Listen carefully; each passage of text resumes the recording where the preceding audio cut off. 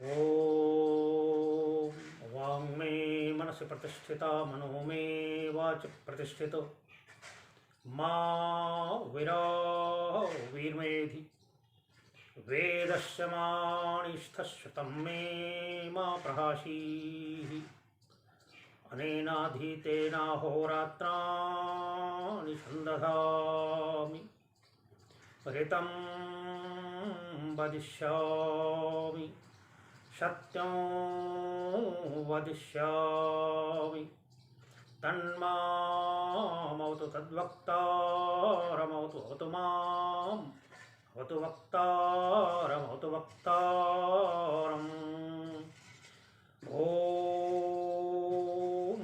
शान्ति शान्ति शान्ति। विश्व में कालगणना के विषय में बहुत सारी भ्रांतियां हैं और जनसामान्य की अपेक्षा होती है कि कालगणना का सबसे सम्यक सुंदर रूप क्या है जिससे ऋतुओं का ठीक ठीक ज्ञान हो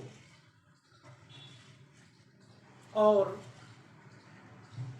जनगण उस कालगणना का अपने जीवन में सदुपयोग कर सके। विश्व में प्रचलित विविध कालगणनाओं में वैदिक कालचक्र का एक बहुत ही विशिष्ट रूप है। मैंने भी विविध काल गणनाओं का अध्ययन किया है और मैंने पाया कि उसमें वैदिक काल गणना ही सर्वाधिक वैज्ञानिक, उपयुक्त और ऋतुओं का स्पष्ट बोध कराने वाली है। विश्व की अन्य कोई भी काल गणना आज के अत्याधुनिक वैज्ञानिक दृष्टि से भी वैदिक काल चक्र के समान वैज्ञानिक एवं सुव्यवस्थित नहीं है। हम सब जानते हैं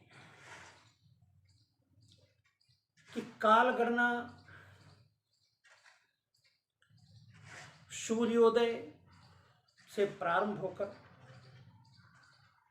और दिन के क्रमशः गमन में, फिर रात्रि के गमन में नियमतः प्रातःकाल, मध्याह्न काल, सायंकाल, रात्रिकाल, मध्यरात्रि काल और फिर प्रातःकाल इसमें गतिमान है।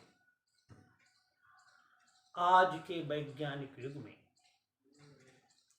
वैज्ञानिकों की गवेषणा से यह स्पष्ट हो चुका है कि पृथ्वी अपनी धुरी पर चलती हुई सूर्य की परिक्रमा करती है। अर्थात पृथ्वी में दो प्रकार की गति है। अपनी धुरी पर घूमने की गति को घूर्णन गति कहते हैं और सूर्य की परिक्रमा करने वाली गति को परिक्रमण गति कहते हैं। इस प्रकार घूर्णन एवं परिक्रमण गति से एक दैनिक काल गणना जो सूर्योदय से सूर्यास्त और फिर रात्रि काल को बताती है, यह दैनिक काल गणना प्रतिदिन की काल गणना जिसको घटी, पल, विपल और घंटा, मिनट, सेकंड में विभाजित किया जाता है, यह दैनिक पृथ्वी की अपनी धुरी पर जो गति है उसके कारण गतिमान होती दिख रही है। दूसरी काल गणना संवत्सर की काल गणना है, वर्षात्मिका काल गणना है जो एक वर्ष को बताती है और वह वर्ष एक संपूर्ण वर्ष पृथ्वी द्वारा सूर्य की एक परिक्रमा को बताता है। हम सब जानते हैं आज के वैज्ञानिक युग में जो चीजें पढ़ाई जा रही हैं उनमें बताया जाता है कि सर्वप्रथम गैलीलियो ने बताया कि पृथ्वी सूर्य की परिक्रमा कर रही है और अपनी धुरी पर घूम रही है, सूर्य नहीं चलते हैं। उसके बाद यह पता चली कि उससे पहले आर्यभट्ट ने यह बात कही थी, और आर्यभट्ट की जो पुस्तक है आर्यभटीयम, उसमें यह स्पष्ट लिखा गया है। लेकिन जब गंभीरता से मैंने इस विषय का अध्ययन किया और अन्य कई लोगों की भी दृष्टि उस पर गई थी जिस पर स्पष्ट गवेषणा नहीं हुई थी, मैंने पूर्ण रूप से 20 वर्षों में अध्ययन कर गंभीरता से इसका चिंतन मनन कर यह पाया कि पृथ्वी के चलने की घटना, दैनिक गति, पृथ्वी के अपनी धुरी पर घूमने की गति और सूर्य की परिक्रमा करने की यह संपूर्ण व्यवस्था ऋग्वेद में बहुत ही व्यवस्थित ढंग से स्पष्ट रूप से वर्णित है। वहाँ यह भी स्पष्ट किया गया है कि पृथ्वी अपनी धुरी पर कितना झुकी हुई है। पृथ्वी सूर्य की परिक्रमा गोल वृत्त में ना करके दीर्घ वृत्ताकार, दीर्घ चक्राकार करती है।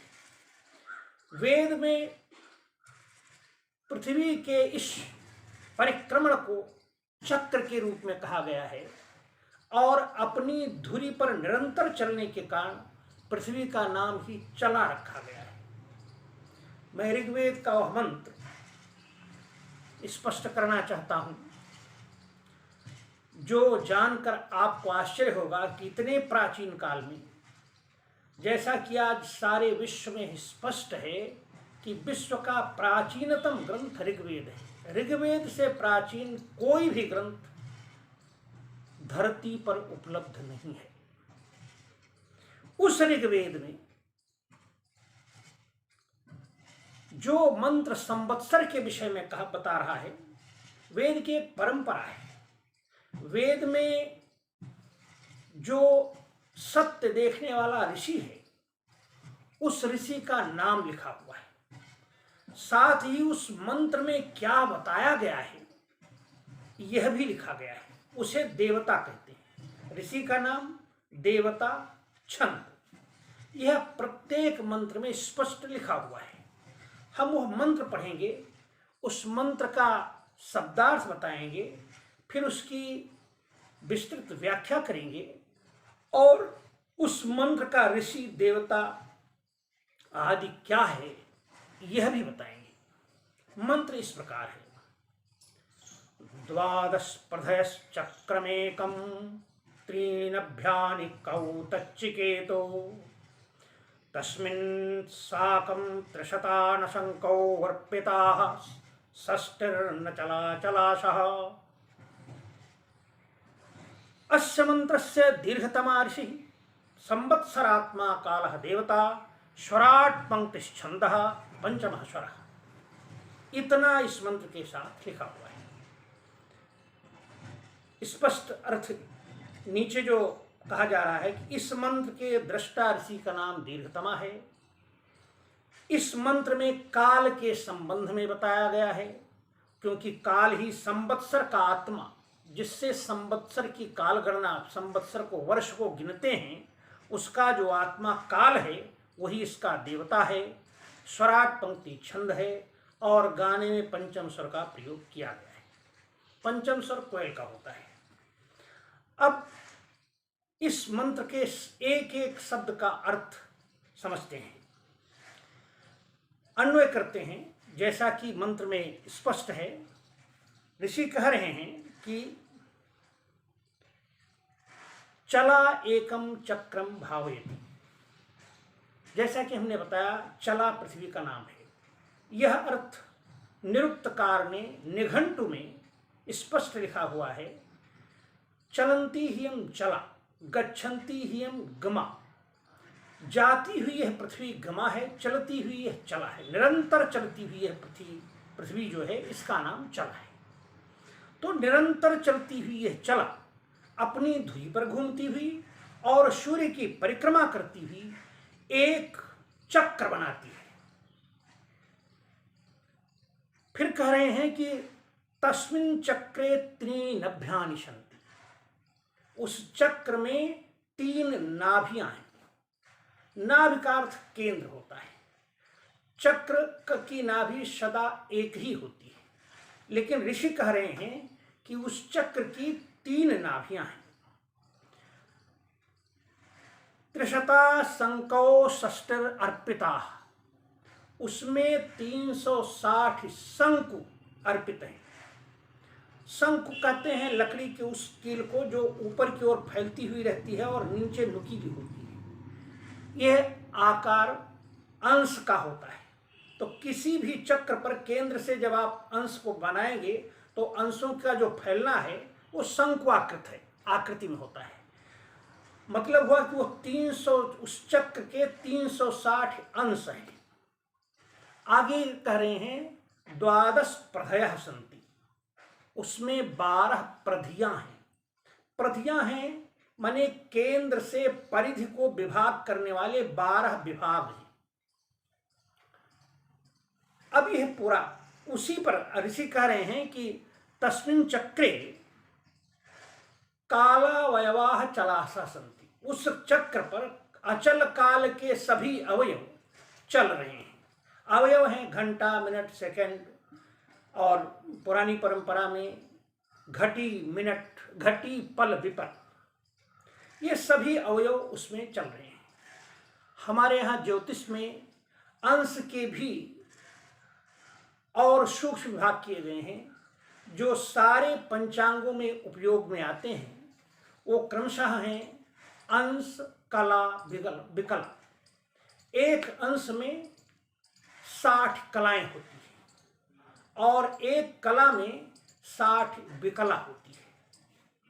आपको यह छोटे उस पर बहुत सूक्ष्म लगेगा, लेकिन जहां पृथ्वी सूर्य की परिक्रमा कर रही है वहां यह विभाग आपको बहुत सामान्य लगेगा, बहुत बिना इसके शायद संभव ही न लगे कि उसकी गणना कैसे होगी।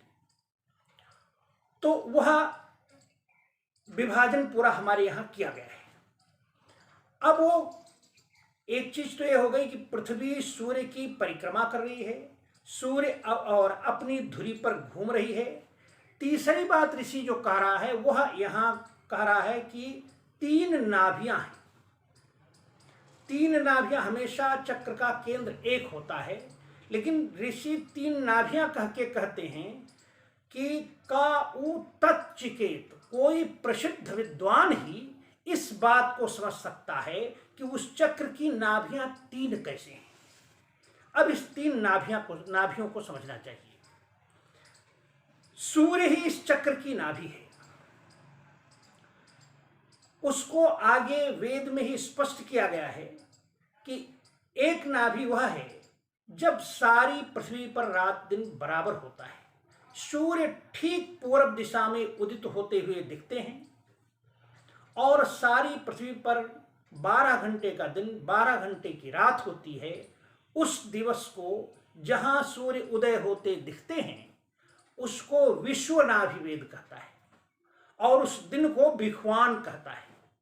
विख्वान और विश्वनाभि। उसके बाद सूर्य और वहां से फिर प्रतिदिन उत्तर की तरफ खिसकते हुए प्रतीत होते हैं और 90 दिनों बाद, 3 महीने बाद 90 अंश चल करके 3 महीने बाद ऐसे बिंदु पर पहुंचते हैं जिससे और उत्तर नहीं जाते। यह वहां उस उत्तर जहां से और उत्तर नहीं जाते वहां से फिर वापस लौटना शुरू हो जाते हैं। इसे कहते हैं उत्तर नाभि। फिर वहां से सूर्य वापस लौटते हुए 90 अंश चलकर माने 3 महीने में फिर उसी विश्व बिंदु पर पहुंचे हैं, विश्व नाभि पर पहुंचते हैं, जहां पहुंचने से सारी पृथ्वी पर रात दिन बराबर हो जाता है। किंतु वहां वह रुकते नहीं हैं और दक्षिण जाते हैं और 90 दिनों बाद, 3 महीने बाद वो फिर ऐसे बिंदु पर पहुंचते हैं, ऐसी जगह पहुंचते हैं जहां से और दक्षिण नहीं जाते, वहां से पुनः वो उत्तर चलते हैं। यह उस चक्र की तीसरी नाभि है। इस प्रकार सूर्य ही उस चक्र की नाभि है, किंतु वह उत्तर और दक्षिण जो खिसकते हुए प्रतीत हो रहे हैं, इस खिसकने के पीछे पृथ्वी का झुकाव है। उस झुकाव के कारण यह जो इस चक्र का केंद्र सूर्य है, वह उत्तर और दक्षिण खिसकता हुआ प्रतीत होता है, जिसके कारण उसकी तीन नाभियां दिख रही हैं, उत्तर नाभि, दक्षिण नाभि और विश्व नाभि। मुख्य हो गई विश्व नाभि, जहां से घूमकर फिर वहां आता है और सारी पृथ्वी पर रात दिन बराबर होता है। किसी को यह प्रश्न उठ सकता है कि यह जो मंत्र का अर्थ कर रहे हैं, इसके दूसरे अर्थ हो सकते हैं। तो हम यह स्पष्ट कर दें कि भारतीय परंपरा में सायण आज सभी लोगों ने इस मंत्र से काल गणना का ही अर्थ किया है, क्योंकि इस मंत्र में ही नीचे लिखा है कि इस मंत्र का देवता संवत्सर आत्मा काल है, और हमारे ऋषियों के नाम जो हैं वे उनके द्वारा देखे गए सत्य के आधार पर रखे गए हैं। पृथ्वी सूर्य की एकदम गोल उसमें परिक्रमा नहीं करती, अपितु दीर्घ वृत्ताकार करती है। इस दीर्घतम वृत्त के दृष्टा होने के कारण हमारे यहाँ पाणि सूत्र है कि अतिशयता में तमप और इष्ठन प्रत्यय होता है। अतिशयने तमप इष्ठनो, तो जो अतिशय दीर्घ वृत्त का दृष्टा ऋषि है, उस ऋषि का नाम दीर्घतमा हो गया। तो दीर्घतमा ऋषि ने इस सत्य को देखा, और यह जो अर्थ हमने किया चला का, ये कोई मेरा ही अर्थ नहीं है। वेद की व्याख्या सबसे पहले उनको भी, जिनको श्रुति ही माना जाता है, ऐसे ब्राह्मण ग्रंथों में हुई है। ऋग्वेद का जो सबसे प्रमुख ब्राह्मण उपलब्ध है, उसका नाम है ऐतरेय ब्राह्मण। ऐतरेय ब्राह्मण स्वयं इस व्याख्या को स्पष्ट करता है। वो मैं यथावत पढ़ रहा हूं, उसके शब्दार्थ जिनको थोड़ी भी संस्कृत आती है उन्हें स्पष्ट होगा। सा वा एष न कदाचन अस्तमेति नोदेति तम यदस्तमेतीति मन्यन्ते अहनैव तदन्तं इत्वा अथात्मानं विपर्यस्यते रात्रिम एव अवस्थात् कुरुते अह परस्तात्। कह रहे हैं सा वा एष न कदाचन अस्तमेति, वह यह सूर्य कभी अस्त नहीं होता है। तम यदस्तमेतीति मन्यन्ते, जो उसको यह अस्त हुआ मानते हैं। अहनैव तदंतम इत्वा अथात्मानं विपर्यस्यते, वह दिन को ही दिन भर चलते हुए, दिन को संपूर्ण चल करके आत्मानं विपर्यस्यते, अपने को विपरीत दिशा में कर लेते हैं। जिधर उनका मुंह था उसकी विपरीत दिशा में हो जाता है, और रात्रिम एव अवस्थात् कुरुते, रात्रि को सामने कर लेते हैं। अह परस्तात्, दिन और सूर्य को पीछे छोड़ देते हैं।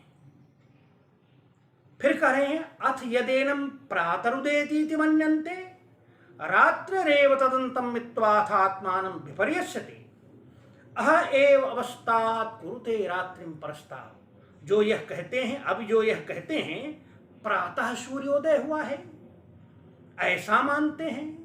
रात्रेह एव तदंतम इत्वा, रात्रि को ही रात्रि भर चलते हुए उसके अंत को प्राप्त करके अब आत्मानं विपर्यस्यते, अथ आत्मानं विपर्यस्यते, अब अपने को रात्रि होते समय जहां मुख था उसके ठीक विपरीत दिशा में कर लेते हैं। आत्मानं विपर्यस्यते अह एव अवस्थात् कुरुते, दिन को और दिनकर सूर्य को सामने कर लेते हैं। रात्रिम परस्तात्, और रात्रि को पीछे छोड़ देते हैं। सा वा एष, न कदाचन निम्नोचति, वह यह सूर्य कभी भी नीचे नहीं जाता है, कभी भी डूबता नहीं है।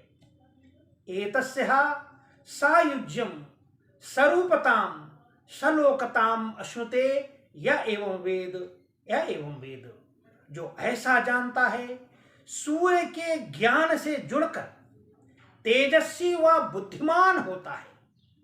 जो ऐसा जानता है, जो ऐसा जानता है। ऐतरेय ब्राह्मण की इस श्रुति में यह स्पष्ट किया गया है कि सूर्योदय, सूर्यास्त, दिन और रात जो है, यह पृथ्वी के घूर्णन के क्रम से सूर्य के दिखने और लोगों के एक दिशा में दूसरी दिशा में घूमते रहने के कारण होते हैं। तो दैनिक जो कालगणना है, वह दैनिक कालगणना इस मंत्र में, ऐतरेय ब्राह्मण की श्रुति में जो 14:6 है, में स्पष्ट किया गया है। अब दूसरा विषय बचता है। वह दूसरा विषय यह है कि जो चक्र 360 अंश का है, जिसमें 12 प्रधियां हैं, यह 360 अंश 12 महीने या 12 प्रधियां, 12 से भाग देने पर 30-30 अंश की जो दूरी आती है, यह विभाग किस जगह से करेंगे, इस विषय को स्पष्ट करने के लिए हम एक अगला वीडियो तैयार करेंगे। आज इस पर समाप्त करें और अगले को जानने के लिए हम अगला वीडियो हमारा आप देखेंगे तो बहुत सारी चीज़ें, वह कैसे 12 विभाग होता है, कैसे ऋतुएं चलती हैं, कैसे महीने चलते हैं, यह बात स्पष्ट हो जाएगी।